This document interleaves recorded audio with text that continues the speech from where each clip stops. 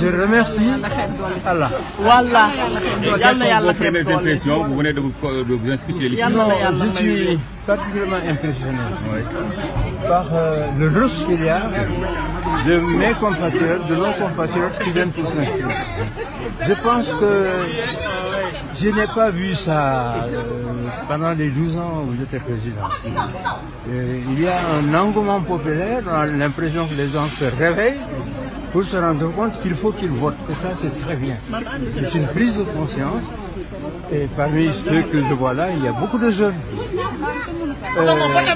Je dois dire aussi que c'est moi qui ai amorcé la modernisation des inscriptions sur les listes électorales avec les appareils modernes.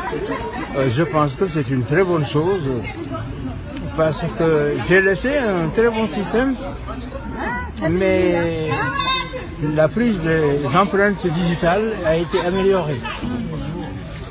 Donc je suis très content de voir nos compatriotes s'inscrire.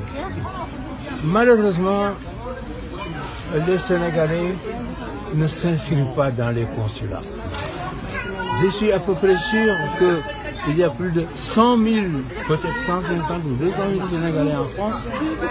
Ceux qui s'inscrivent dans les consulats sont peut-être dans les 80 000. Je me trompe peut-être sur les chiffres.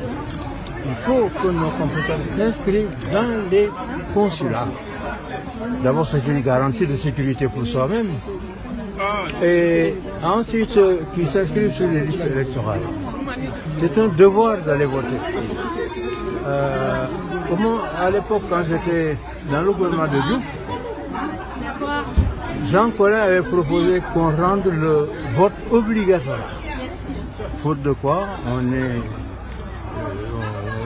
on subit une amende. Dans certains pays, c'est comme ça. Mais on a pensé que c'était trop tôt pour obliger les Sénégalais à voter. Mais en tout cas, il y a une grande amélioration, une grande prise de conscience des Sénégalais pour voter, et c'est très bien. Et je me souviens que le fichier électoral que j'ai laissé devait être à 5 500 000. Autour de 5 millions, mais maintenant on a plus d'1 million de plus. Plus d'1 million de plus, et on pense qu'avant la clôture, il y aura au moins 6 millions. Monsieur le Président, vous avez aussi l'intention de conduire la liste de l'opposition lors des législatives. Est-ce que vous confirmez l'information? Si oui, quelles sont vos motivations?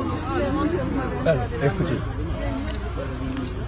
À mon âge, je ne peux pas me présenter comme candidat à la présidence de la République. Mais il n'y a aucune disposition qui m'empêche d'être dans une liste électorale, d'être la tête de la liste électorale. Mais pour l'instant, j'ai écarté cette solution. J'ai dit à mes militants que je voulais m'écarter de ce genre d'activité. Mais rien ne m'empêche de le faire. Si la loi me le fait, pourquoi je le refuserai? Si ma présence dans une liste peut aider moralement ou amener les gens qui sont mes militants. Soyez plus clair, Monsieur le Président. Je veux vous dire, au moment où je parle, c'est une question qui est discutée à l'intérieur du parti et dans la coalition. Mais je n'ai pris aucune décision. Dernière question, comment se porte Karim Wade? À merveille, je l'ai quitté il y a 2 heures, 48 heures. Il est en très bonne santé. Et il va venir. Je ne vous dirai pas ça.